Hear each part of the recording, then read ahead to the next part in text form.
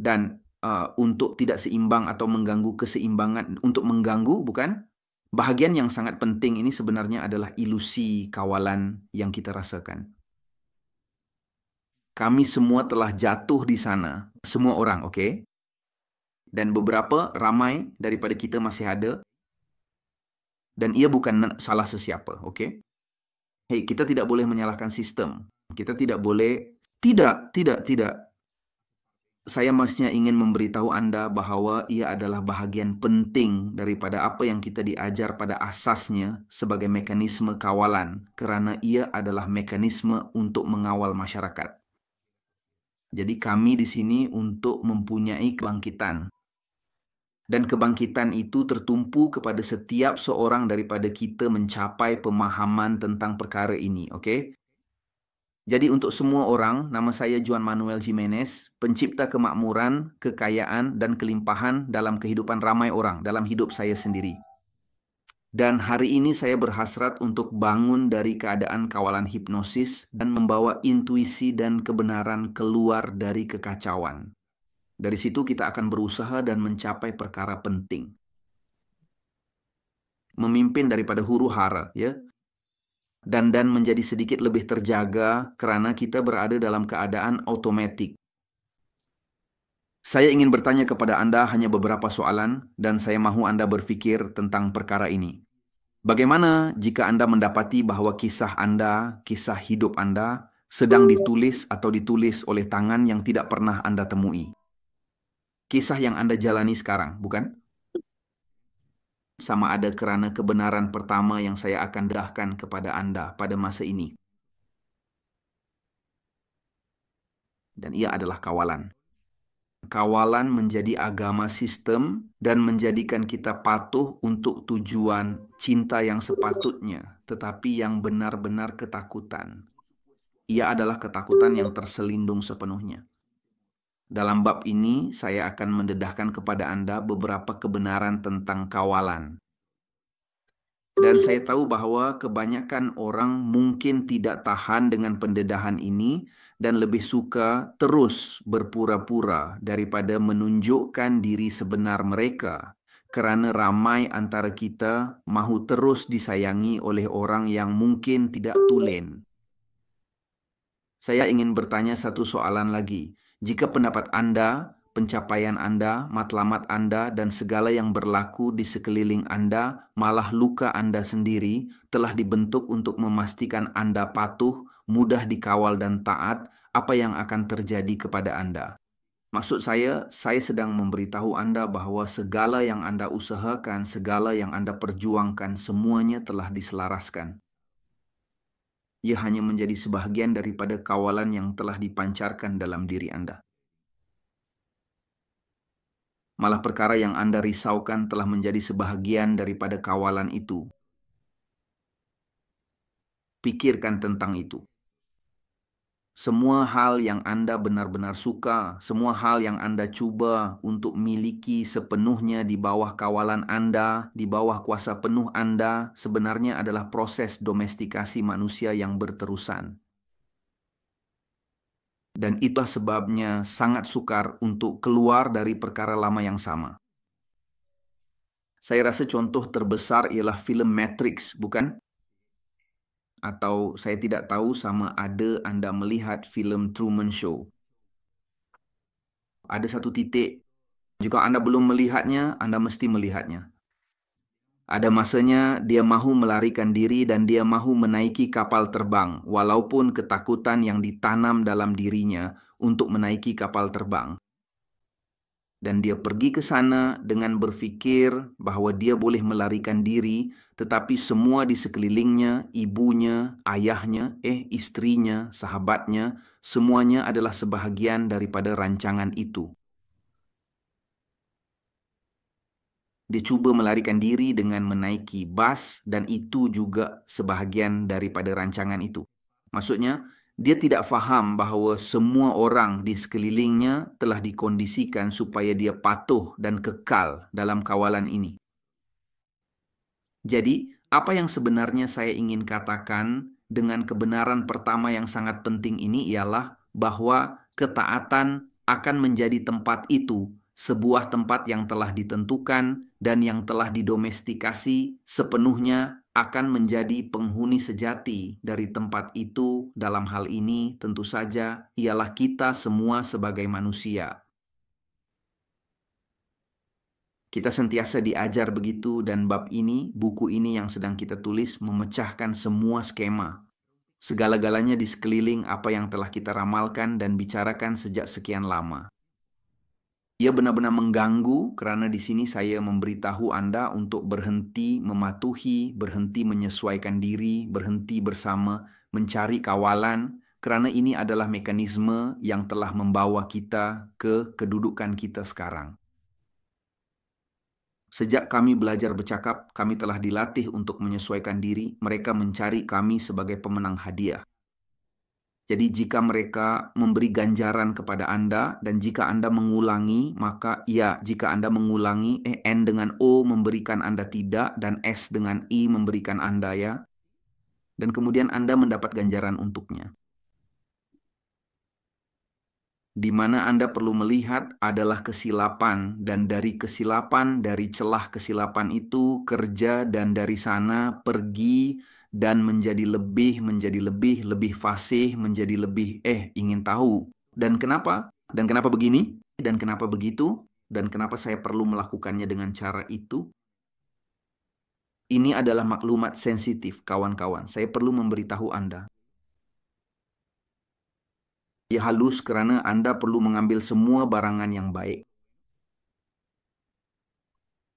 Bagi saya secara pribadi semuanya adalah sangat bagus, tetapi saya mau Anda sentiasa sadar tentang hal ini, terutamanya dengan anak-anak Anda ya.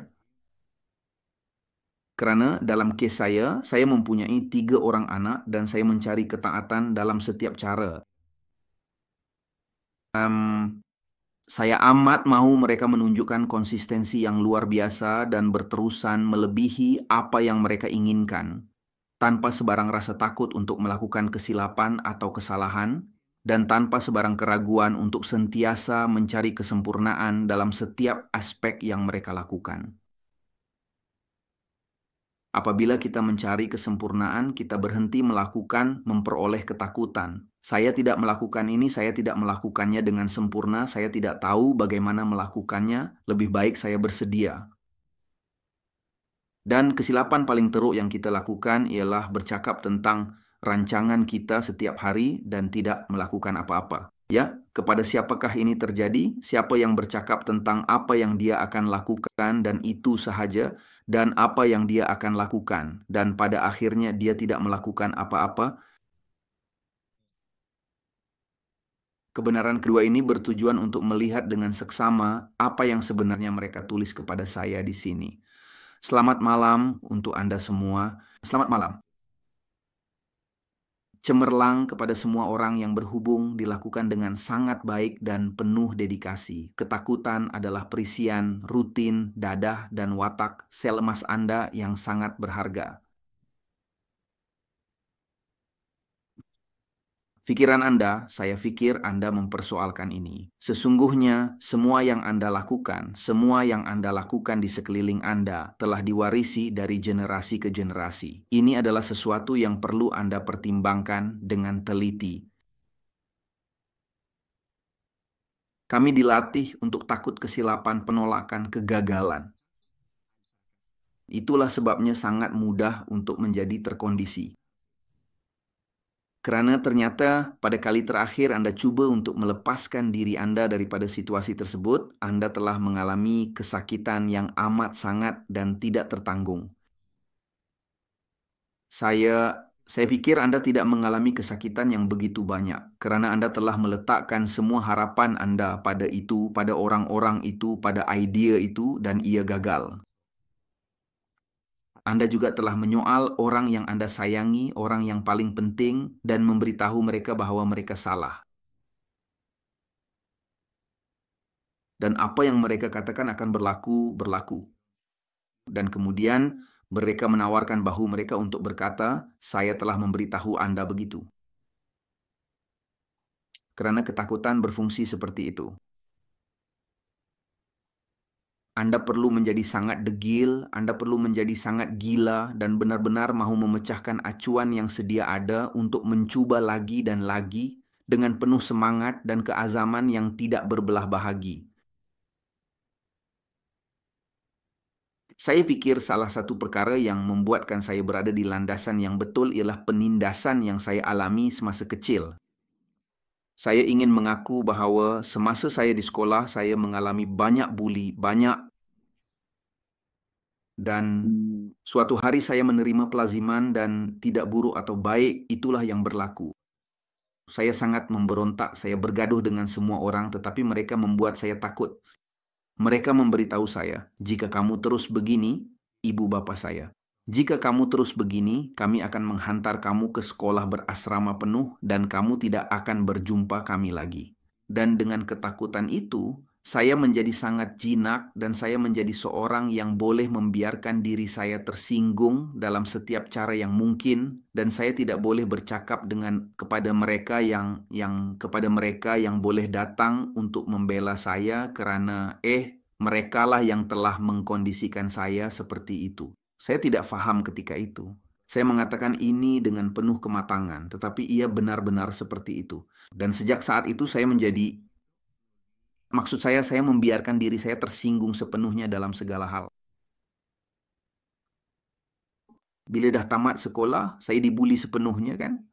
Diusir dari peringkat hidup saya. Tetapi saya masuk ke sekolah tentera, dan di sekolah tentera itulah masa saya untuk bersinar. Tiada siapa yang mengenali saya. Inilah masanya untuk menulis semula sebuah kisah yang baru, dan di situ saya mula mendaki sehingga sampai ke tahap menjadi yang nomor 1, dan saya berjaya mendapat kawalan dan keunggulan ke atas lebih 500 orang. Pada masa itu ia sangat bagus, tetapi kemudian jelas sekali, dengan kuasa yang begitu besar di tangan yang tidak matang itu, kesilapan telah dibuat. Nanti dalam bab lain saya akan ceritakan kepada Anda, tetapi perkara yang saya ingin sampaikan ialah pengatur caraan berada di bawah ketakutan dan rasa malu sering menjadi kunci yang meninggalkan kita, yang tidak membenarkan kita bergerak ke hadapan, bukan? Jadi apa yang akan mereka katakan tentang saya? Dan bagaimana jika saya gagal lagi? Bagaimana jika ini adalah lama yang sama lama?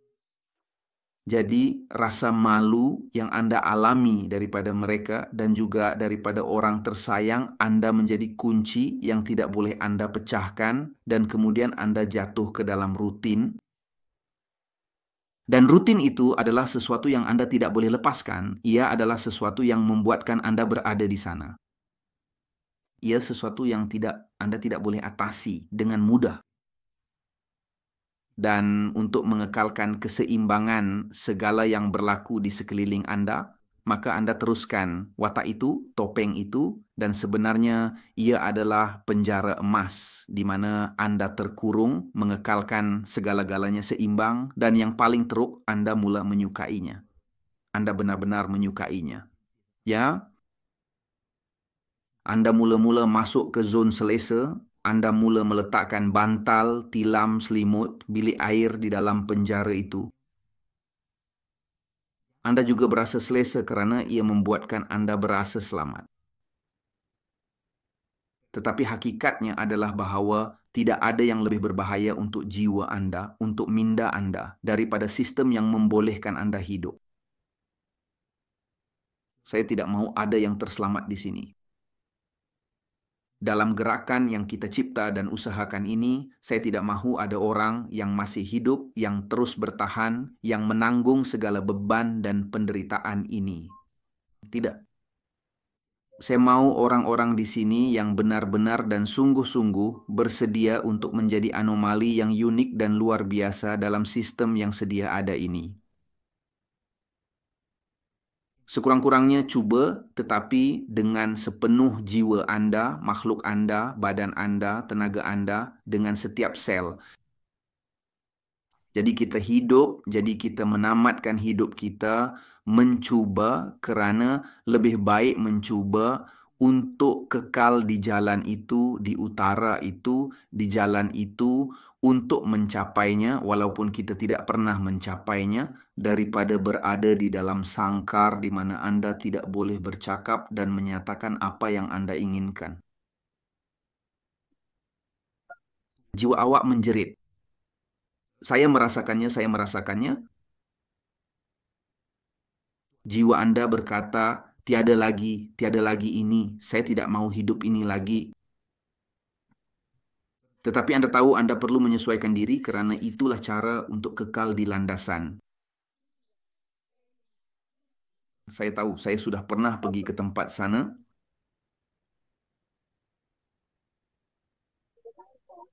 Jika kebenaran kedua ini masuk akal dan dapat difahami sepenuhnya kepada Anda, saya mahu kita melihat dan meneliti yang ketiga. Tetapi pertama-tama, saya mahu Anda berfikir secara mendalam tentang perkara ini. Apakah peraturan-peraturan yang mengawal dan mempengaruhi kehidupan harian Anda tanpa Anda sadari, bar yang tidak kelihatan itu yang mungkin membentuk realiti Anda? Apakah pandangan yang Anda pertahankan, adakah Anda pertahankan karena itulah yang dilakukan oleh semua orang? Atau adakah Anda kadang-kadang membina impian yang sebenarnya bukan milik Anda yang sejati? Apakah impian itu?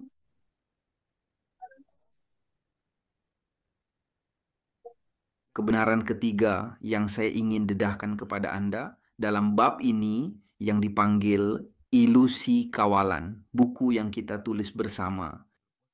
Dan kepimpinan huru-hara dengan tujuan mereka tidak memerlukan bar, mereka memerlukan Anda untuk tidak melihat keluar lagi.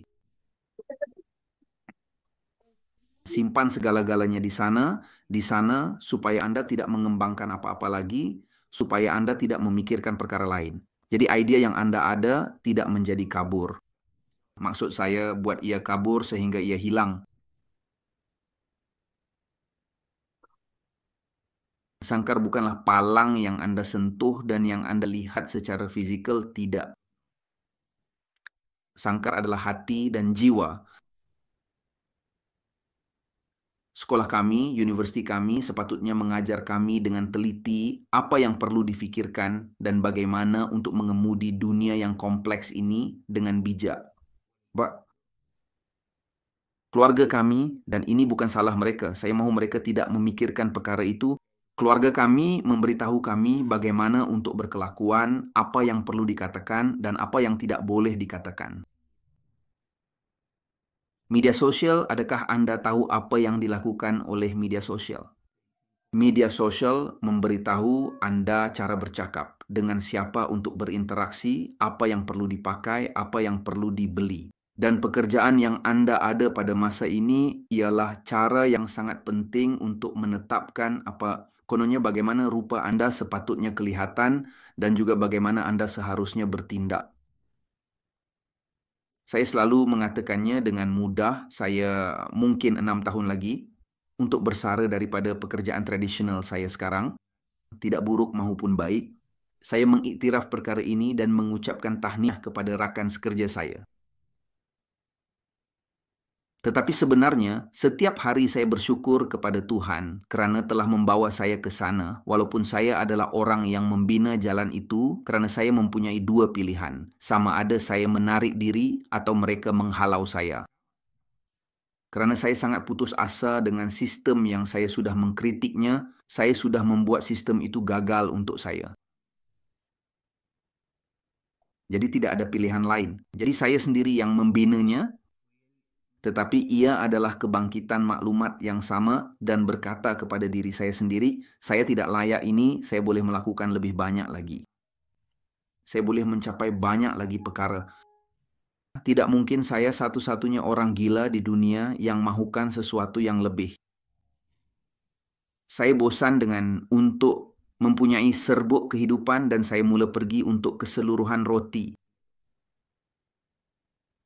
Tetapi Anda hanya perlu benar-benar menjadi jiwa yang terbakar, jiwa yang sentiasa terbakar, dan setiap kali Anda berasa seperti Anda akan runtuh, tambahkan lebih banyak bahan api padanya, letakkan lebih banyak bahan api untuk meneruskannya.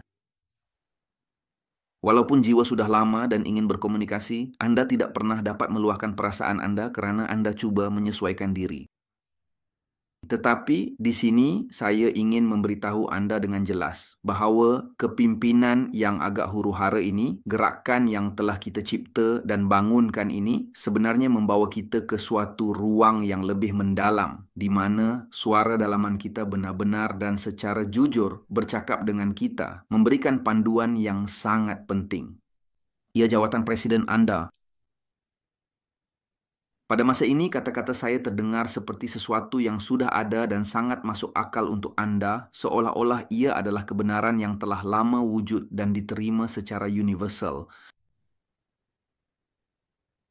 Tetapi saya mahu Anda menulis semula cara Anda melihat sesuatu. Dan saya mahu Anda mula berasa lebih untuk pergi ke lebih terperinci.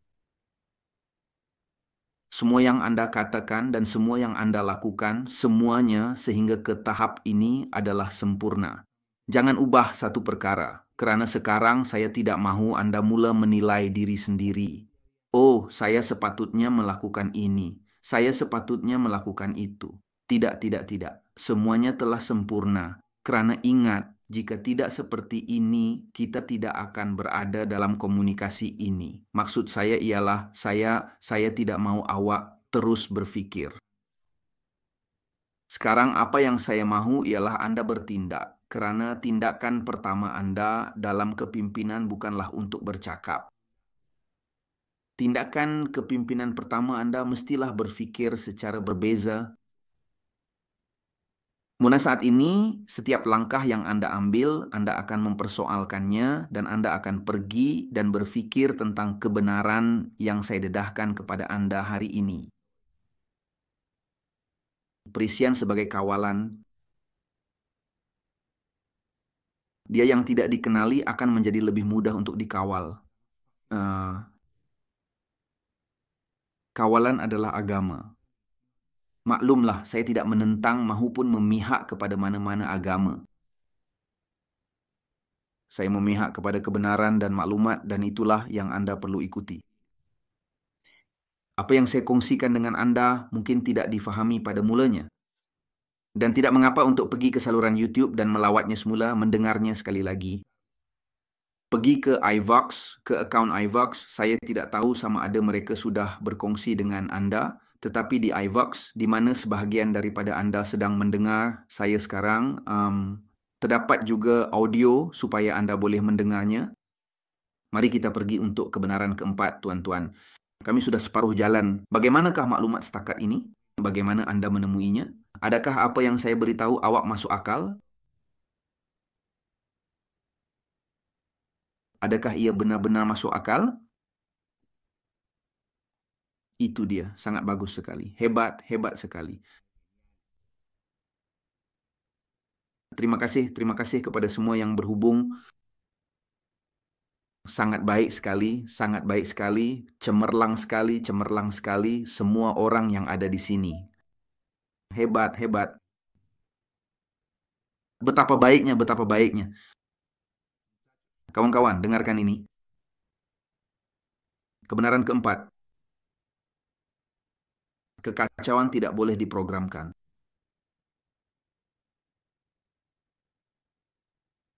Ini adalah perkara terdalam yang saya boleh bagi tahu Anda dalam bab ini.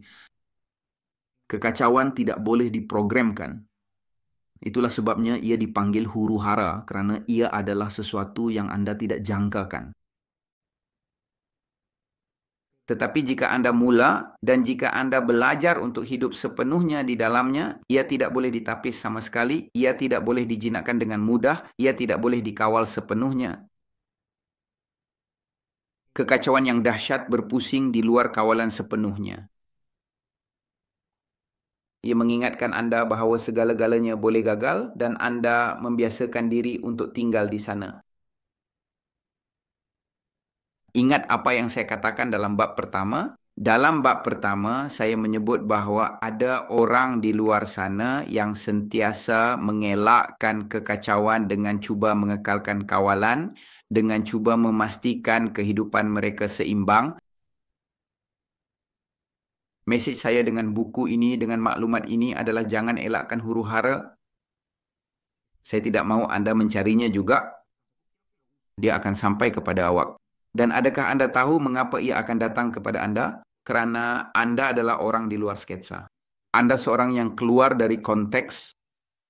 Ini bukan untuk semua orang. Ini bukan untuk yang jinak. Ini bukan untuk mereka yang mengikut peraturan. Ini bukan untuk orang yang sangat berkaitan dengan matriks. Ini adalah untuk orang yang tertanya-tanya dan berkata, tetapi kenapa? Kenapa mesti begini? Mengapa saya dilahirkan dalam keluarga yang sederhana? Mengapa saya sebahagian daripada asas dunia? Kenapa saya dari kelas pekerja? Kenapa saya tidak boleh mendaki? Siapa cakap macam tu? Mengapa saya Amerika Latin? Itu untuk orang macam tu. Kebenaran keempat membawa Anda untuk berkata, hidup dalam huru-hara, kerana huru-hara memutuskan hubungan Anda daripada watak, ia memutuskan hubungan Anda daripada tepukan, daripada image, ia memutuskan hubungan Anda daripada semua yang Anda telah perjuangkan, yang bukan perjuangan Anda, malah ia bukan matlamat Anda, ia adalah milik orang lain, ia adalah yang mengkondisikan Anda. Belajarlah untuk hidup dalam keadaan huru-hara akan membebaskan Anda. Belajarlah untuk hidup dalam keadaan huru-hara akan membebaskan Anda. Semua orang di luar sana mengelaknya. Dia takut padanya. Saya belajar untuk hidup dalam keadaan huru-hara. Itulah sebabnya orang kadang-kadang memberitahu saya, Juan, awak luar biasa. Tiada apa-apa pun. Saya bukan luar biasa. Saya hanya hidup dalam keadaan huru-hara. Dan semasa saya hidup dalam huru-hara, saya memperoleh kemahiran baru. Mungkin saya tertekan, mungkin saya letih. Jelas, saya seorang manusia seperti yang lain. Kelebihan yang saya ada ialah saya tidak cuba untuk meringankan atau menyelesaikan semuanya, tidak.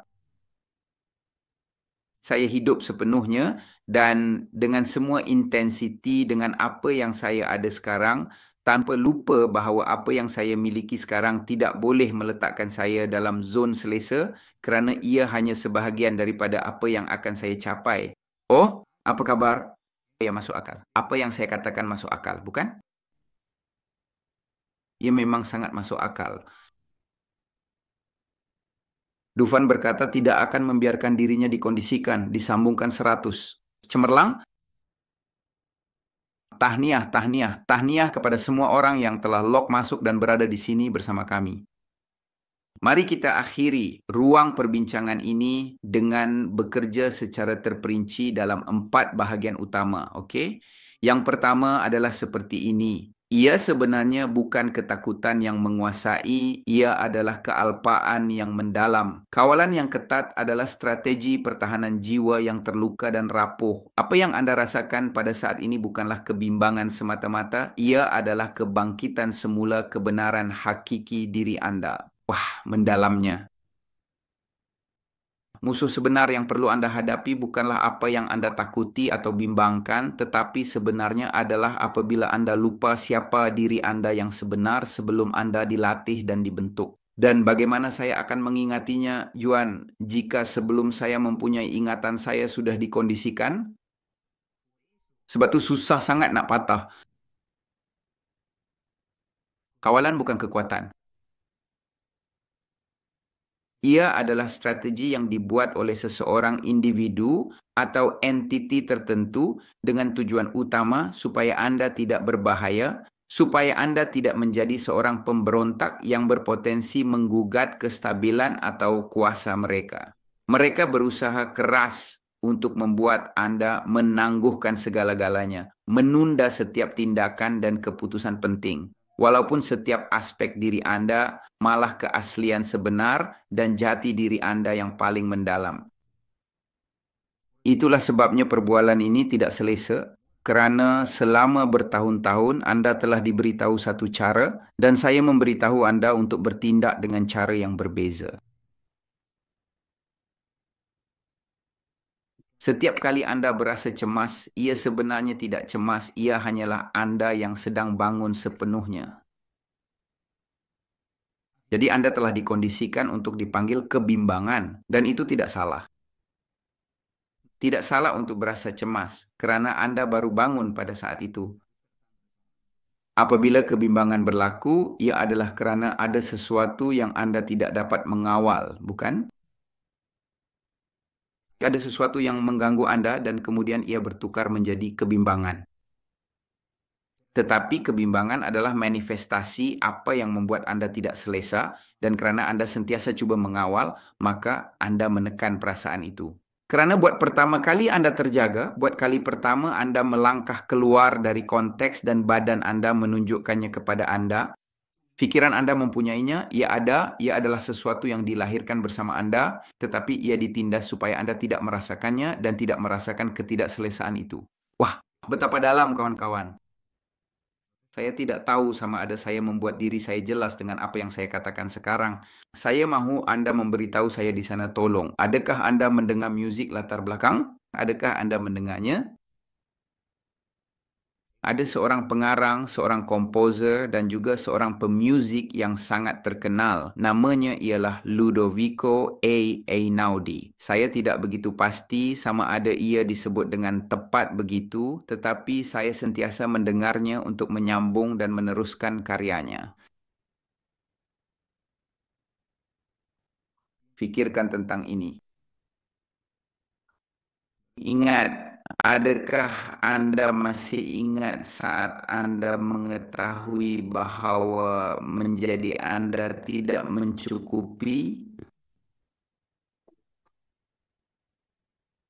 Saya tanya awak lagi. Adakah Anda masih ingat saat yang tepat di mana menjadi Anda, di mana Anda mempelajarinya, di mana Anda mengetahui bahwa menjadi Anda tidak mencukupi? Bayangkan itu, bahwa menjadi Anda dalam lanjutan Anda tentang apa yang sangat mentakrifkan Anda hari ini. Fikirkan tentang ini, apakah janji yang Anda buat untuk diterima? Saya akan berikan Anda satu contoh. Mari kita kembali kepada contoh semula. Saya adalah pembuli terbesar dalam kelas, paling memberontak. Sama sekali tidak ada yang meninggalkan saya sendirian.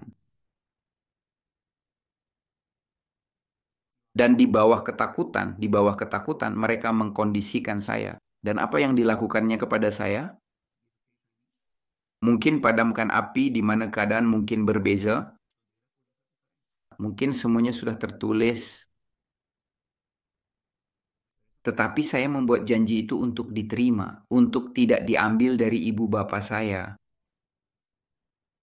Dan itu membawa saya ke satu titik selama 5 tahun di mana saya kehilangan intipati saya sepenuhnya. Namun jiwa yang memberontak seperti itu tidak dapat tinggal di sana. Oleh itu, apabila saya mengambil jalan tentera, saya terbakar sekali lagi. Perkara yang saya perolehi dengan perbualan ini, dengan bab ini saya berikan kepada Anda, dan kesimpulan maklumat ini adalah untuk berfikir kawalan itu tidak lebih daripada mekanisme yang sentiasa berbohong kepada Anda tentang apa yang perlu Anda lakukan. Tiada lagi kawalan itu. Saya tidak mahu awak tinggal di sana lagi. Saya mahu Anda mengisi diri Anda dengan kekuatan dan mengejarnya sekarang serta-merta dan bekerja setiap hari untuk menjadikan impian itu satu realiti, untuk mencapai matlamat itu. Lupa dari mana asalnya. Tetapkan satu matlamat, dan inilah latihannya. Dengar dengan teliti latihan yang saya akan berikan kepada Anda. Ambil perhatian kerana Anda akan melakukan latihan ini dengan cara itu. Selama bertahun-tahun Anda telah mendengar latihan yang mengatakan Anda harus bercakap secara positif, bahwa Anda harus bercakap dengan segala cara yang mungkin dalam bentuk sekarang tentang semua yang akan Anda capai. Latihan ini berbeza. Anda akan meletakkan di kepala katil Anda, di kepala katil di mana, mari lihat di mana perkara pertama yang Anda lihat apabila Anda bangun, oke? Dan Anda akan meletakkan ayat berikut. Sila ambil perhatian kerana perkara seterusnya yang Anda akan lakukan, dengar dengan teliti. Anda akan menulis ayat berikut. Hari ini saya berasa lebih baik dan lebih bersemangat berbanding semalam, menunjukkan kemajuan yang ketara dalam diri saya, tetapi saya juga sedar bahawa saya masih mempunyai banyak ruang untuk penambahbaikan dan akan menjadi lebih teruk berbanding diri saya pada esok hari kerana saya sentiasa berusaha untuk menjadi versi terbaik diri saya. Okey? Dekat anda mengambil perhatian? Hari ini saya lebih baik daripada semalam, tetapi lebih teruk daripada hari esok. Dan Anda akan menyenaraikan 3 orang paling penting dalam hidup Anda. Juan, saya ada 4 dan saya ada 5. 3 orang paling penting dalam hidup Anda. Juan, saya ada 2. Letakkan kedua-duanya. Saya ada 1. Letak 1. Maksimum 3. Dan selebihnya akan menjadi akibat daripada perkara yang benar-benar berlaku dengan ketiga-tiga mereka. Terdapat 2 jenis motivasi, kesakitan dan keseronokan. Saya tidak mengesyorkan keseronokan kerana sebagai manusia yang cepat menyesuaikan diri, keseronokan meletakkan kita dalam saat yang selesa, ketenangan, dan dari situ ia sangat mudah untuk terjebak. Berhenti mencari kesenangan. Sebaliknya, hargai setiap kesakitan yang Anda alami dan jadikan ia sebagai bahan bakar yang membakar semangat Anda untuk terus maju dan mencapai kejayaan. Sedalam mana kesakitan itu, ia adalah sangat dalam sekali, tuan-tuan dan puan-puan sekalian. Dengar dengan teliti dan penuh perhatian ini, apa yang saya akan beritahu Anda seterusnya adalah sangat penting dan akan mengubah perspektif Anda. Anda akan diminta untuk meletakkan 3 orang yang paling penting dan berpengaruh dalam hidup Anda, mereka yang benar-benar membentuk diri Anda. Wah, susah kan? Wah, awak ada 3 anak, seorang isteri, ibu bapa, 3 orang. 3 orang. 4, tidak, 3. Okey. Dan selepas Anda meletakkan 3 orang itu, gambar 3 orang itu, Anda perlu melakukannya. Anda mesti melakukannya. Adakah Anda mahu ia berfungsi untuk Anda? Semua yang saya beritahu awak.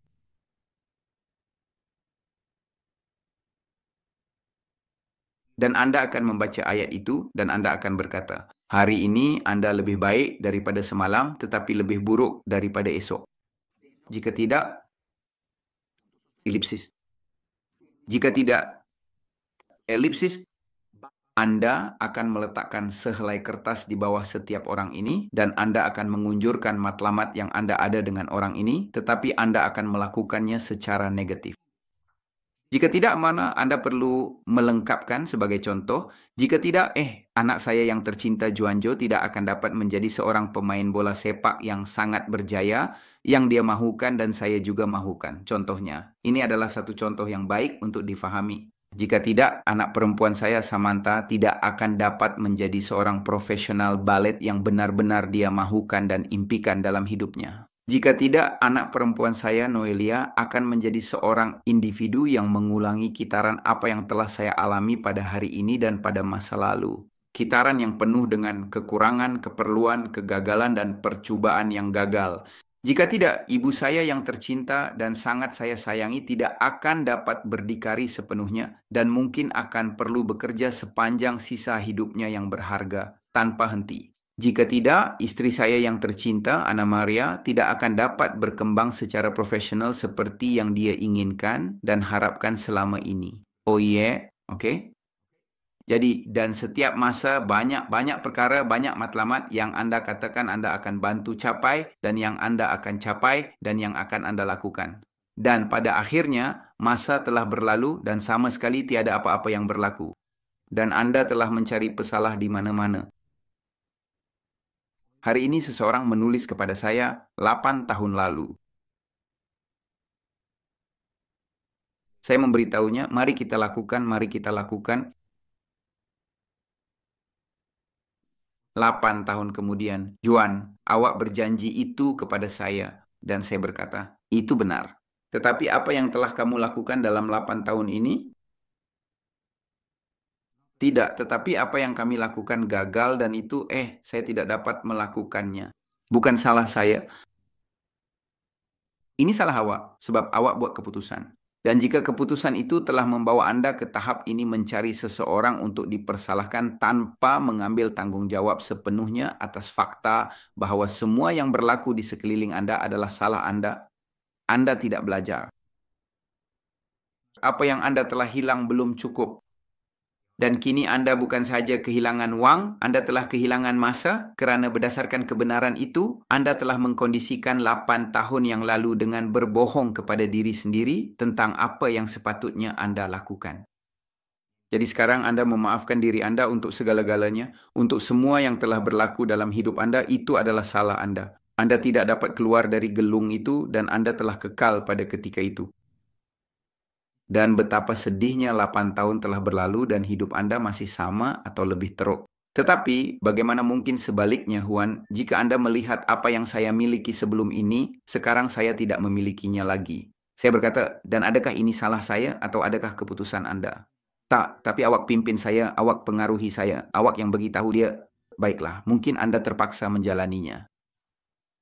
Sudah tiba masanya untuk Anda mengubahnya selepas 8 tahun, dan mungkin itulah sebabnya kita bercakap kerana Anda tidak boleh menghabiskan 8 tahun lagi dalam hidup Anda seperti itu. Jika tidak, maka kekal di tempat Anda berada. Tetapi jika Anda benar-benar ingin mencapai bersama, mengapa Anda terlibat dalam menjalankan perniagaan ini? Mengapa Anda mengambil risiko? Kerana saya mahu memperbaiki hidup saya. Okey, jadi apa yang awak buat? Tidak, saya sudah sembuh sepenuhnya, sempurna. Ia adalah perkara biasa. Kerana masa seseorang mencuba, mereka hilang kawalan dan kemudian kembali ke tempat yang sama kerana kesakitan yang disebabkan oleh berjalan di padang pasir yang tidak diketahui adalah perkara biasa. Anda tiada air, tiada bantuan, tiada apa-apa. Dan Anda mempunyai dua pilihan dan huru-hara mendedahkan. Adakah benar Anda mahu berjuang dan keluar habis-habisan atau benar-benar ia hanya percubaan yang gagal dan kini Anda dikawal sepenuhnya? Anda berada pada tahap di mana Anda berada dan Anda tidak akan melakukan apa-apa lagi. Lupakan saja, berhenti cuba untuk membenarkan keterbatasan Anda di tangan orang lain. Dan sebaliknya, jika Anda benar-benar akan melakukan sesuatu mengenainya, bertindak tanpa mencari pelakunya. Jika tidak, kekal di mana Anda berada dan berhenti mencari dan berhenti mewajarkan kesederhanaan Anda dan berkata, saya biasa-biasa saja, saya seorang yang penuh dengan alasan yang tidak akan melakukan apa-apa dalam hidupnya, tetapi saya suka cara itu. Oke, selesai. Spot. Memang memalukan untuk menjadi sangat langsung, tetapi bab ini hanya itu, pendedahan. Bab ini benar-benar huru-hara. Huru-hara sepenuhnya. Kekacauan tidak memusnahkan Anda, ia mendedahkan Anda. Watak itu perlu mati, mati. Dia perlu mati, mati pada masa ini untuk orang yang akan dilahirkan. Mari lakukan dinamik kumpulan dan itu sahaja kawan-kawan. Dengan ini kita selesai. Saya mahu watak itu ditulis semula. Dengan watak dan perwatakan ini, saya amat mahu Anda menjawab soalan yang berikut. Apakah peranan penting yang Anda mainkan untuk sentiasa disayangi oleh semua orang?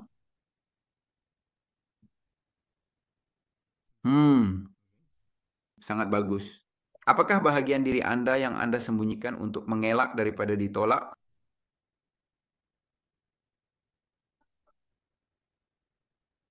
Sekarang ini, apa yang akan berlaku jika Anda berhenti bertindak hari ini? Sukar, bukan?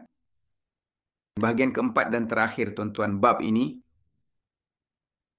dan ia diterjemahkan kepada ini, pemimpin palsu. Dia yang perlu mengawal situasi, belum memimpin sepenuhnya.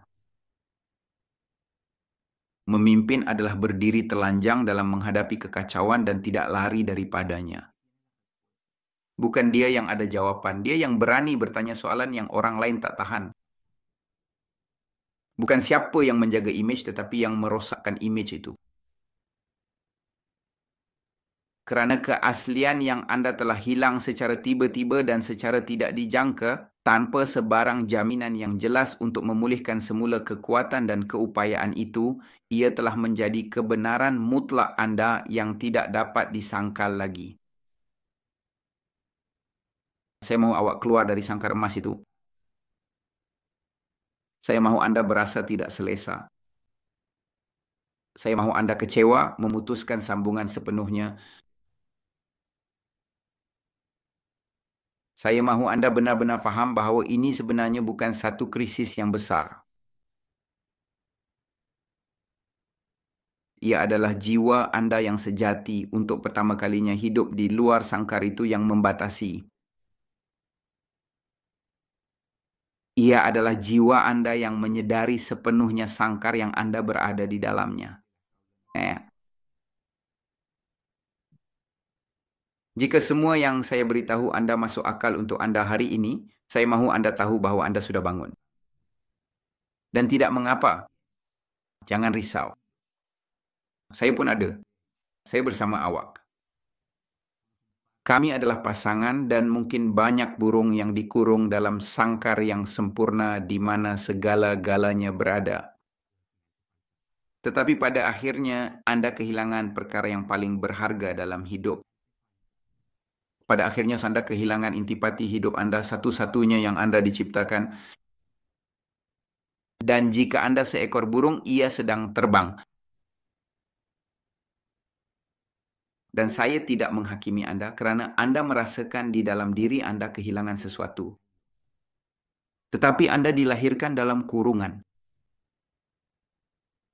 Atas sebab ini, satu-satunya tempat yang Anda tahu yang memberi Anda keselamatan ialah sangkar berlapis emas itu, tempat Anda mempunyai semuanya. Mungkin tidak dalam kelimpahan yang Anda inginkan. Tetapi di dalamnya ada seekor burung yang ingin terbang dan mempunyai sayap untuk melakukannya. Tetapi ia takut.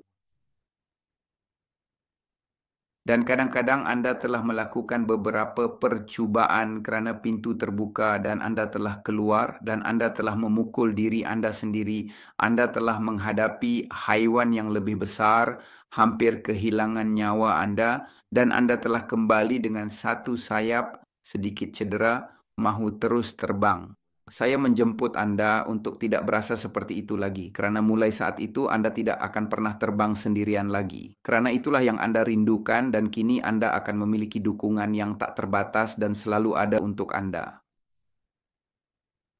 Untuk mempunyai burung lain yang tidak hormat, burung lain yang telah dikurung dalam sangkar emas yang sama dan terbang bersama-sama supaya apabila kesukaran timbul, Anda mempunyai sokongan yang cukup untuk terus terbang lebih tinggi dan lebih tinggi dan lebih jauh.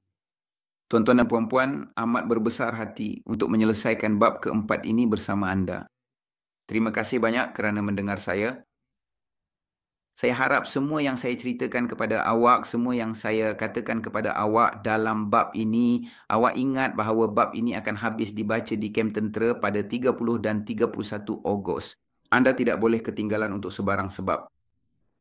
Bawa lebih banyak jiwa yang telah hilang, lebih banyak jiwa yang pernah ada dalam kegelapan, dalam bayang-bayang. Buat mereka jatuh cinta dengan bab itu, minta mereka mendengar bab itu, dan jika apa yang dia katakan dalam audio itu masuk akal kepada Anda, saya mahu Anda tahu bahawa jurulatih akan bersama kami secara langsung dan mengarahkan, dan Anda akan berkomunikasi dari hati dan dia akan memimpin kami melakukan dinamik kerja berpasukan sahaja. Secara harfiah, seorang manusia akan masuk dan seorang wira-wira akan keluar kerana di sana Anda akan mati secara literal dan Anda akan bangun untuk kali pertama dan Anda akan melihat dunia seperti yang sebenarnya. Jika Anda telah menonton filem The Matrix, Anda tidak akan melihat perkara yang sama lagi. Sekarang Anda akan melihatnya dalam kod binary kerana itulah realiti. Apa khabar? Bagaimana maklumatnya tuan-tuan? Adakah Anda suka ya atau ya? Saya membacanya, saya akan membacanya sedikit dan dengan ini kita mengucapkan selamat tinggal. Mari lihat apa yang mereka katakan di sini. Johanna berkata, terima kasih Juan atas kata-kata dan pengetahuan Anda. Leonida berkata, kuliah yang sangat bagus, Stuart. Dia berkata, terima kasih pemimpin atas masa Anda, tenaga Anda, kesediaan Anda untuk berkongsi pengetahuan itu. Ia berkata di sini, kucing, saya telah memukul diri sendiri beberapa kali, tetapi saya tidak akan melakukannya lagi. Hebat. Dia berkata, Stewart, rasa bersalah adalah perasaan yang selari dengan kekecewaan. Ia lahir dari ego. Ia adalah perbualan ego yang terluka. Tidak ada pihak yang bersalah. Kesalahan itu bukan milik awak maupun saya, tetapi tanggung jawab itu adalah tanggung jawab kita sepenuhnya. Sangat baik, sangat baik. Martin berkata, hari ini saya lebih baik daripada semalam, tetapi lebih teruk daripada esok. Dan letak 3 orang lagi, tepat sekali. Dan di sana Anda akan menulis, jika saya tidak mencapai ini, jika saya tidak lebih baik hari ini, inilah yang akan berlaku. Dan kita akan bergerak melalui kesakitan. Kekacauan dan ketentraman hanyalah 2 persepsi yang melampau dalam 2 alam semesta seperti kita. Persepsi adalah perpaduan, dan dualitas perpaduan itu adalah ia akan menjadi huru-hara dan ketentraman. Mereka adalah sama, tetapi ia berubah bergantung pada subjektiviti orang yang mengalaminya. Betul, sangat tepat, sangat bagus. Stewart, Lucio berkata, terima kasih Juan soal selidik yang menarik dan pengalaman. Jennifer berkata, terima kasih. Hari ini kita memecahkan sangkar. Martin berkata, terima kasih Juan, kerana topik ini menakutkan kita berinteraksi dan urus realiti kita sendiri. Betul tuan-tuan. Tuan-tuan, terima kasih banyak kerana menyertai saya. Saya tahu ada orang yang mendengar saya sehingga tengah malam sampai pukul 11 dah kan? Sehingga jam 11 malam. Dan untuk Anda yang mendengar di belahan bumi ini, terima kasih banyak-banyak. Selamat hari malam yang hebat dan semoga Anda makmur, melimpah ruah dan menjadi jutawan. Ingat bahawa Juan Manuel Jimenez, pencipta kekayaan, kelimpahan dan kemakmuran, bercakap dengan Anda. Jumpa lagi di next chapter, jangan ketinggalan. Kami menantikan hari Rabu yang akan datang ini. Berhati-hati dan jumpa Anda tidak lama lagi. Bye-bye.